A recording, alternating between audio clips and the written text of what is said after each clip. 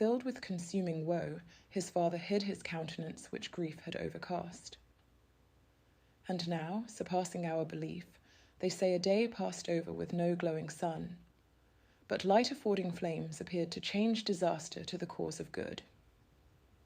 Amazed, the woeful Clymen, when she had moaned in grief, amid her lamentations tore her bosom, as across the world she roamed, at first, to seek his lifeless corpse, and then his bones. She wandered to that distant land, and found at last his bones insepultured. There, clinging to the grave, she fell and bathed with many tears his name on marble carved, and with her bosom warmed the freezing stone. And all the daughters of the sun went there giving their tears, alas, a useless gift. They wept and beat their breasts, and day and night called Phaëthon, who heard not any sound of their complaint. And there they lay fordone, all scattered round the tomb. The silent moon had 4 times joined her horns and filled her disk, while they, according to an ancient rite, made lamentation.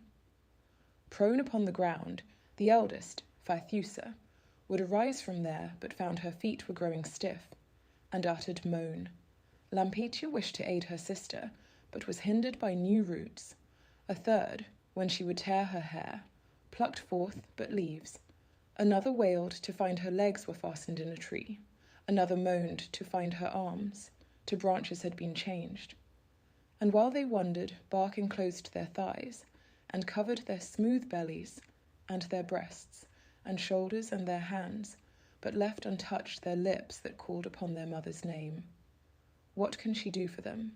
Hither she runs, and thither runs, wherever frenzy leads. She kisses them, alas, while yet she may. But not content with this, she tried to hale their bodies from the trees, and she would tear the tender branches with her hands. But lo, the blood oozed out as from a bleeding wound, and as she wounded them, they shrieked aloud, "Spare me, O mother, spare me! In the tree my flesh is torn. Farewell, farewell, farewell." And as they spoke, the bark enclosed their lips. Their tears flow forth, and from the new-formed boughs amber distills and slowly hardens in the sun. And far from there upon the waves is born to deck the Latin women Cycnus, son of Sthenelus, by his maternal house akin to Phaëthon, and thrice by love allied, beheld this wonderful event. He left his kingdom of Liguria, and all its peopled cities, to lament where the sad sisters had increased the woods, beside the green banks of Eridanus. There, as he made complaint, his manly voice began to pipe a treble, shrill, and long grey plumes concealed his hair. A slender neck extended from his breast, and reddening toes were joined together by a membrane.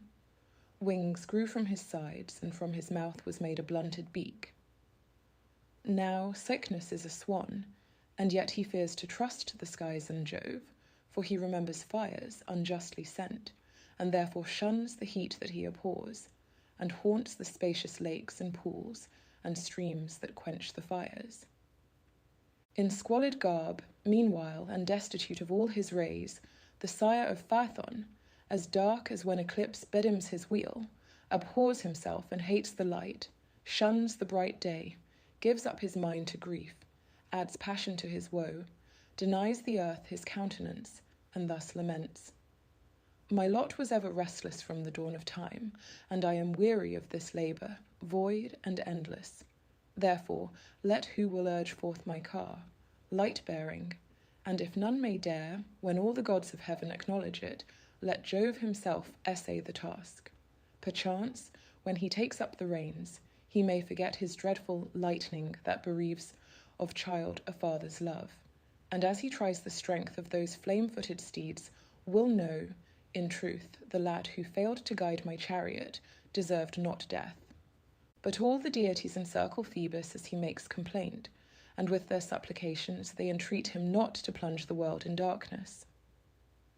Jove would find excuses for the lightning bolt, hurled from his hand, and adds imperious threats to his entreaties.